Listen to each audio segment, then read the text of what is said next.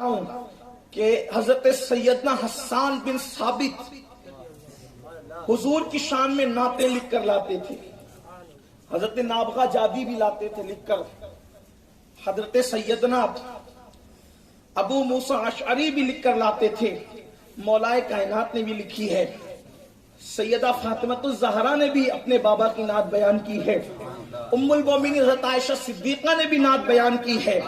یہ نعت بیان کرنے والوں میں ایک شعراء کی بڑی فہرست ہے، لیکن اس میں حضرت حسان بن ثابت کا نام ایک انفرادی حیثیت سے اس لیے ہے کہ حضرت حسان بن ثابت کو یہ شرف حاصل ہے کہ حضور علیہ السلام کی یہ تازہ تازہ نعتیں لکھ کر لاتے اور پھر حضور سے کہتے کہ حضور میں لکھ کر لایا ہوں، تو حضور علیہ السلام ان کو منبر پہ کھڑا کرتے اور حضور علیہ السلام جب وہ جلوہ فرما ہوتے زمین پر اور کہتے حسان پڑھو میری نعت پڑھو، اور وہ نعت پڑھتے حضور خوش ہوتے اور جھومتے بھی اور داد بھی دیتے، مسکراتے بھی حضور علیہ السلام۔ اسی لیے جب کوئی نعت خواں نعت پڑھتا ہے تو مجھے وہ خیال آتا ہے کہ حضور اب بھی مسکرا رہے ہوں۔ اسی لیے سنیوں کی محفل نعت سے خالی نہیں ہوتی، کیونکہ ہم تو حضور کی مسکراہٹیں ہی چاہتے ہیں، کیونکہ وہ ہم سے مسکرا جائیں تو پھر ہماری دنیا بھی مسکرا جائے اور ہماری آخرت بھی مسکرا جائے۔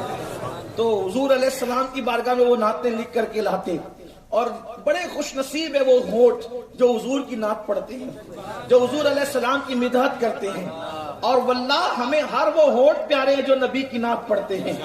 اللہ اکبر۔ ابھی نعت پڑھی جا رہی تھی، ایک نعت آپ نے وہ سنا، وہ کمال حسن حضور ہے کہ گمان نقص جہاں نہیں، یہی پھول خار سے دور ہے، یہی شمع ہے کہ دھواں نہیں۔ امام اہل سنت کا بھی کیا کہنا، وہ کہتے ہیں وہ کمال حسن حضور ہے۔ ایک تو حسن ہے، حسن ہی بڑا کمال ہوتا ہے، پھر انہوں نے جوڑا حسن کے ساتھ کمال کو کہ وہ حسن کا کمال ہے، وہ کمال حسن، کمال کا، وہ کمال کا حسن حضور ہے۔ حضور کا حسن اتنے کمال کا ہے کہ گمان نقص، کہ کوئی نقص کا، کوئی عیب کا گمان بھی نہیں ہو سکتا۔ نظر آنا تو دور کی بات ہے، نکال لے جانا تو دور کی بات ہے، بیان کرنا تو دور کی بات ہے، گمان بھی نہیں ہوتا۔ دیکھو کہیں ایسا ہوتا ہے کہ جب وہ نقص نہیں ہو لیکن نقص کا گمان ہو سکتا ہے۔ مثال کے طور پر کسی کے چہرے پہ بیٹھی ہے مکھی، لیکن کسی کے چہرے پہ لگا ہوا ہے مسا ہے لیکن لگتی ہے مکھی، تو گمان ہوتا ہے کہ یہ نقص تو نہیں ہے، حالانکہ وہ عیب نہیں تھا، نقص نہیں تھا، لیکن گمان ہو گیا۔ لیکن اللہ نے محبوب کو ایسا کمال کا حسن دیا کہ حضور کا حسن دیکھنے والوں کو کبھی نقص کا گمان بھی نہیں ہوا۔ اس کو بیان کرنا تو دور کی بات ہے، گمان بھی نہیں ہوا۔ وہ کمال حسن حضور ہے کہ گمان نقص جہاں نہیں، یہی پھول خار سے دور ہے، یہی شمع ہے کہ دھواں نہیں۔ یعنی کہ جب بھی پھول پیدا ہوگا، یہ فطرت کا تقاضا ہے، یہ فطرت کا مزاج ہے کہ جب بھی فطرت خود جب وہ پھول پیدا کرے گی، ایک پھول پیدا کرے گی، اس کے ساتھ درجنوں کانٹے پیدا کرے گی۔ یہ فطرت کا مزاج ہے، یہ قدرت کا انداز ہے کہ جب بھی پھول پیدا ہوں گے، پھول اپنے حسن پر مغرور نہ ہو جائے، اس لیے قدرت جو ہے وہ پھول کی ڈنٹل میں درجنوں کانٹے پیدا کرتی ہے۔ گلاب اپنی نزاکتوں پر مغرور نہ ہو جائے، اس لیے جو ہے قدرت اس کی ڈنٹل میں درجنوں کانٹے پیدا کرتی ہے۔ لیکن یاد رکھیں ان کانٹوں کی پیدائش میں بھی بے شمار جو ہے وہ حکمتیں ہوتی ہے۔ وجہ یہ ہے کہ اس نازک کو کوئی مسل نہ دے، اس لیے اس کی حفاظت کے لیے اس کے جسم میں کئی کانٹے پیدا کیے جاتے ہیں، تاکہ مسلنے والا جب اس نازک کو اس کی نزاکتوں کا ناجائز فائدہ اٹھا کر ملنے کی کوشش کرے گا تو وہ تو مل کر کے خوشبو دے جائے گا، لیکن اس کے ارد گرد اس کے بدن کے کانٹے اس ہاتھ کو زخمی کر کے سبق ضرور سکھا سکیں گے کہ قدرت کی، اللہ اکبر، قدرت کی بناوٹوں کو اس طریقے سے جو ہے وہ پامال نہیں کیا جا سکتا۔ لیکن پھول اپنی نزاکتوں کے ساتھ آخری سانس لے کر کسی ہاتھوں میں دم توڑ کر خوشبوؤں کی رمق تو ضرور چھوڑ جائے گا، لیکن وہ کانٹے اس کو سبق سکھائیں گے۔ یہ قدرت کا انداز ہے، یہ قدرت کی سنت ہے۔ اللہ اکبر۔ ہر پھول پیدا ہے اس میں کانٹے ضرور ہوتے ہیں. جو شمع جلتی ہے کتنی خوبصورت لگتی ہے, جب شمع جلا دی جاتی ہے پروانے آ کر کے اس پر نثار ہوتے ہیں, کتنی حسین لگتی ہے. شمع پر لوگوں نے شاعری کی ہے تو اللہ اکبر لوگوں کے دیوان بھر گئے ہیں. لیکن قربان جائے شمع اتنی خوبصورت ہے کہ اللہ اللہ, کبھی شمع سے لوگوں نے محبوب کے چہرے کو تشبیہ دی ہے, کبھی محبوب کی آنکھوں کو تشبیہ دی ہے, کبھی محبوب کی رنگت کو تشبیہ دی ہے. شمع جلتی ہے خود جل کر کے پورے ماحول کو روشن اور منور کر دیتی ہے. بلکہ غالب نے بھی کہا تھا کہ کون جیتا ہے تیری زلف کے سر ہونے تک, اور آہ کو چاہیے ایک عمر اثر ہونے تک. اس طریقے سے انہوں نے بھی شمع کے بارے میں کہا تھا. اللہ اکبر, تو شمع جلتی ہے تو دھواں نکلتا ہے, اور شمع مغرور نہ ہو جائے, وہ دھواں اس کے اندر عیب پیدا کرتا ہے. جیسے پھولوں میں کانٹے عیب پیدا کر دیتے ہیں ویسے شمع میں دھواں عیب پیدا کر دیتا ہے. اب میرے امام مصطفیٰ جان رحمت کے اس کامل و اکمل حسن کو یوں بیان کرتے ہیں, وہ کمال حسن حضور ہے کہ گمان نقص جہاں نہیں, یہی پھول یہی صرف یہی پھول. اگر مصطفیٰ جان رحمت پھول ہے تو یہی پھول. کسی شاعر نے اس کا خیال نہیں کیا, محبوب کے چہرے کو مطلقاً پھول کہہ دیا, لیکن پھول کہہ کر کے کانٹوں سے برات کا ذکر نہیں کیا. اگر یہ ندرت کہیں ملے گی تو امام اہل سنت کے کلام میں ملے گی. یہی پھول خار سے دور ہے, یہی پھول صرف یہی پھول خار سے دور ہے. یہ ایسا پھول ہے کہ قدرت نے جب یہ پھول پیدا کیا تو اس کے اندر کانٹے نہیں پیدا کیے. یہی پھول خار سے دور ہے, یہی شمع ہے کہ دھواں نہیں, اور یہ ایسی شمع ہے کہ اس کے اندر روشنی تو ہے مگر دھواں نظر نہیں آتا. دھواں یہی شمع ہے کہ دھواں نہیں. اور جب حسن یہ تو کہتے ہیں کروں تیرے نام پہ جاں فدا, کروں تیرے نام پہ جاں فدا, کروں تیرے نام پہ جاں فدا, نہ بس ایک جان دو جہاں فدا. ایک جان نہیں یا رسول اللہ, آپ پر تو میں دونوں جہان قربان کرنا چاہتا ہوں. دونوں جہان, دونوں جہان, دونوں جہان میں جنت بھی آتی ہے. اور جنت کیا ہے؟ ایک مقام پر کہتے ہیں بزمِ ثنائے زلف میں میری عروس فکر کو, کہتے ہیں جب میں حضور کی زلفوں کی تعریف کرنے لگتا ہوں تو میری فکر کی پرواز کے سامنے اب میں فکر میں آ جاتا ہوں.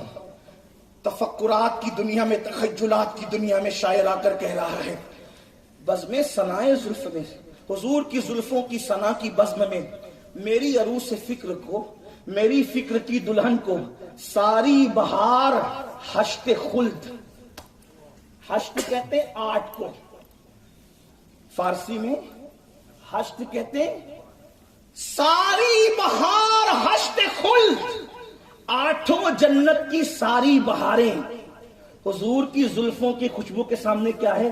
چھوٹا سا عطر دان ہے. ساری بہار حشت خلد, چھوٹا سا عطر دان.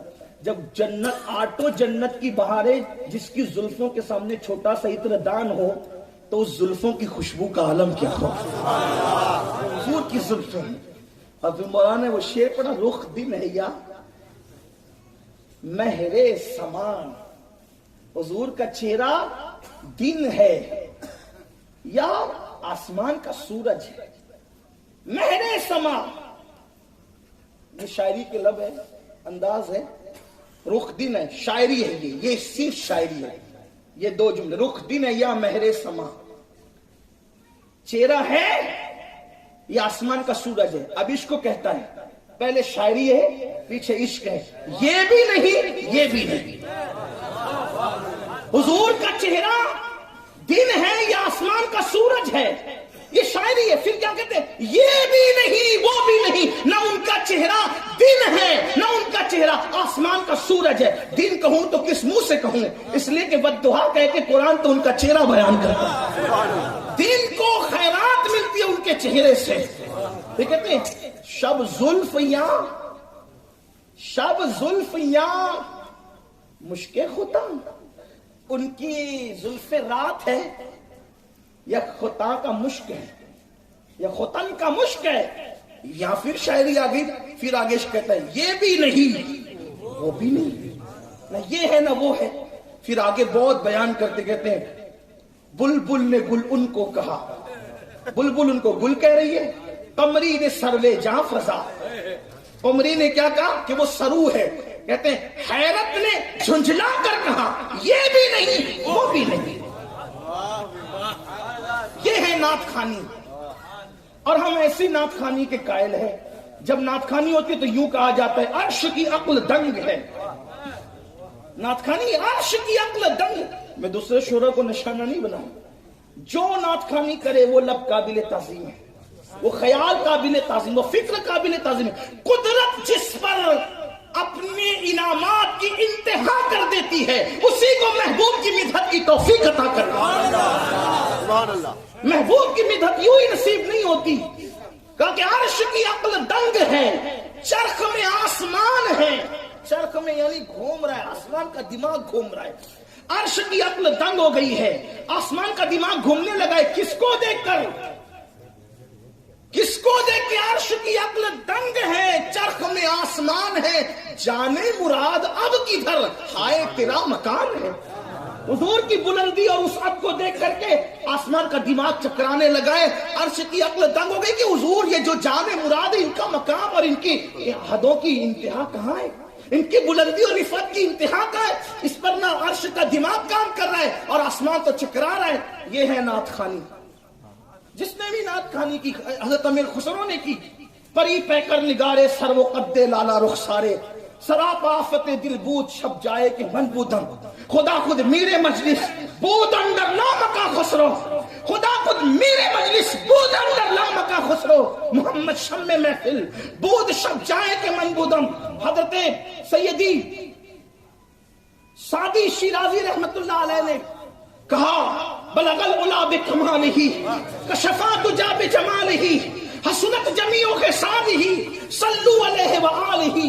یہ انہوں نے کہا اور بھی کہا. اسی طرح علامہ جامی نے کہا تنم فرسودہ جا پارا زی ہجرا یا رسول اللہ، دلم پشمردہ آوارا زی سیا یا رسول اللہ، جو سوئے من گزر آری منے مسکی سے ناداری فدائے نقش نالینت کنم جا یا رسول اللہ. اور زی جامع حب تو مستم بزنجیرے تو دل بستم نمی گویم کے من ہستم سخندہ یا رسول اللہ، جو بازوے شفاعت را کشائی بر گناہ گارا مکن محروم جامی را تراہا یا رسول اللہ. ایک مقام پر کہتے ہیں نسیمہ جانب بطحا گزر کن ز احوال محمد رہ خبر کن. اس طریقے سے بہت سی نعتیں کہی گئی ہے، بہت سے شعراء نے کہی، بہت کہی. اقبال کہتے ہیں لوح بھی تو قلم بھی تو تیرا وجود الکتاب. غالب نے کہا تھا غالب ثنائے خواجہ بیزدہ گزاشتین آزات پاک مرتبہ تانے محمد است. جگر مراد آبادی نے کہا تھا کہ ایک رند ہے اور مدحت سلطان مدینہ. اس طریقے سے نہ ختم ہونے والا نعتوں کا سلسلہ ہے اور وہ کبھی ختم نہیں ہوگا. لیکن اس امت میں جو اکابر ہے آغاز کرنے والے نعتوں کا، ان میں سر فہرست حسان بن ثابت رضی اللہ تبارک و تعالی وہ لوگ ہیں. نعت کی صنف بہت پرانی ہے. یہ ہوئی کیوں؟ نعت کیوں پڑھی گئی؟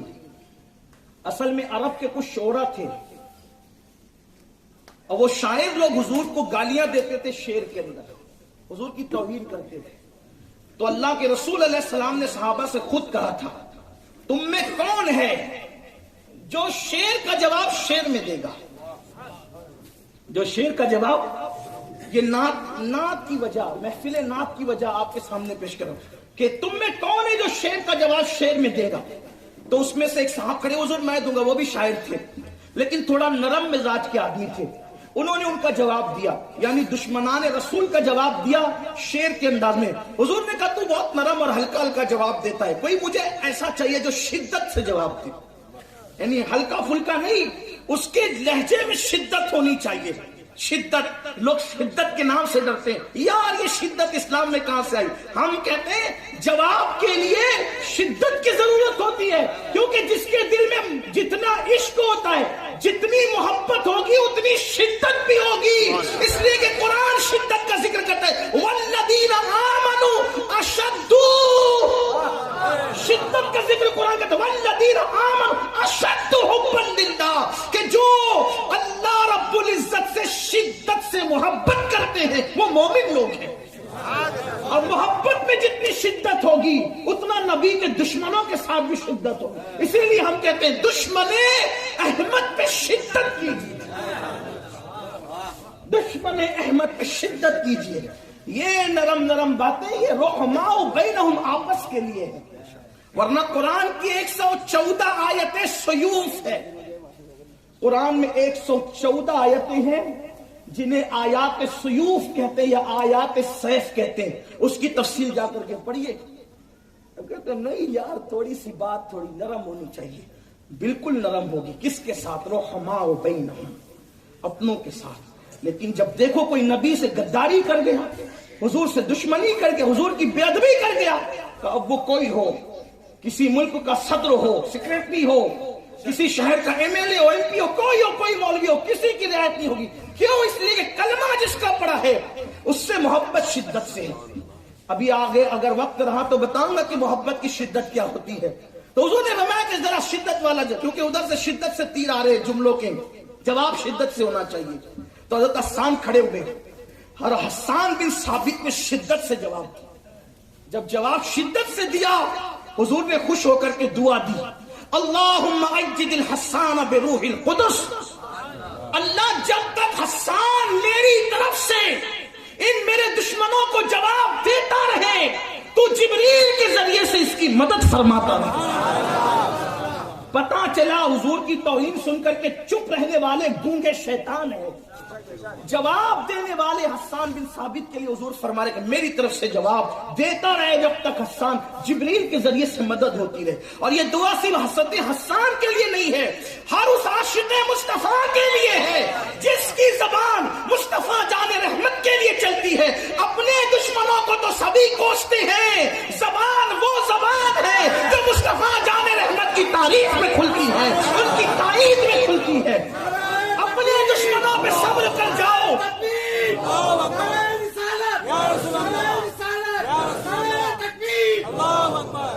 میں یہ تو نہیں کہوں گا کہ آپ کا نعرے میں بھی کوئی شدت نہیں ہے. جس قوم کے نعرے میں بھی دم نہ رہ جائے پھر اس قوم کی زندگی میں کیا دم رہے گا. بہرحال حضور کے نام پر بھی نعرہ لگتا ہے. ذرا میں بھی تو دیکھوں، نعرہ تکبیر، نعرہ رسالت. پہلے تو نعرہ لگایا مت کرو، خاص طور پہ میری تقریر میں لگائے تو پھر اس کا حق ادا کیا کرو کہ نعرہ تکبیر، نعرہ رسالت، اولاد غوث اعظم. اس لیے کہ میں کبھی آپ سے نعرے کا طلبگار کبھی نہیں رہا ہوں، لیکن جب یاروں کا ذکر ہو پھر وہ بھی اللہ کے یار کا ذکر، محبوب کردگار کا ذکر، پھر اس کی بات ہی کچھ ہونی چاہیے. عرض یہ کر رہا تھا کہ سرکار نے فرمایا اللہ جب تک حسان میری طرف سے جواب دیتا رہے تو اس کی جبریل کے ذریعے سے مدد. اللہ ہر اس کی مدد کرتا ہے جبریل کے ذریعے سے جو میرے نبی کی طرف سے جواب دیتے. اس لیے میرے امام کہتے ہیں دہن میں زبان تمہارے لیے، بدن میں ہے جان تمہارے لیے، ہم آئے یہاں تمہارے لیے، اٹھے بھی وہاں تمہارے لیے. تو حضور نے یہ نعت کا سلسلہ اس طرح سے شروع کروایا، ورنہ نعت تو جناب یوسف علیہ السلام نے بھی پڑھی، اس کا ذکر الگ آتا ہے. حضرت موسیٰ علیہ السلام نے بھی پڑھی، حضرت عیسیٰ علیہ السلام نے بھی پڑھی. اگر اس کا ذکر کیا جائے تو اصل عنوان جو آج کا ہے وہ چھوٹ جائے.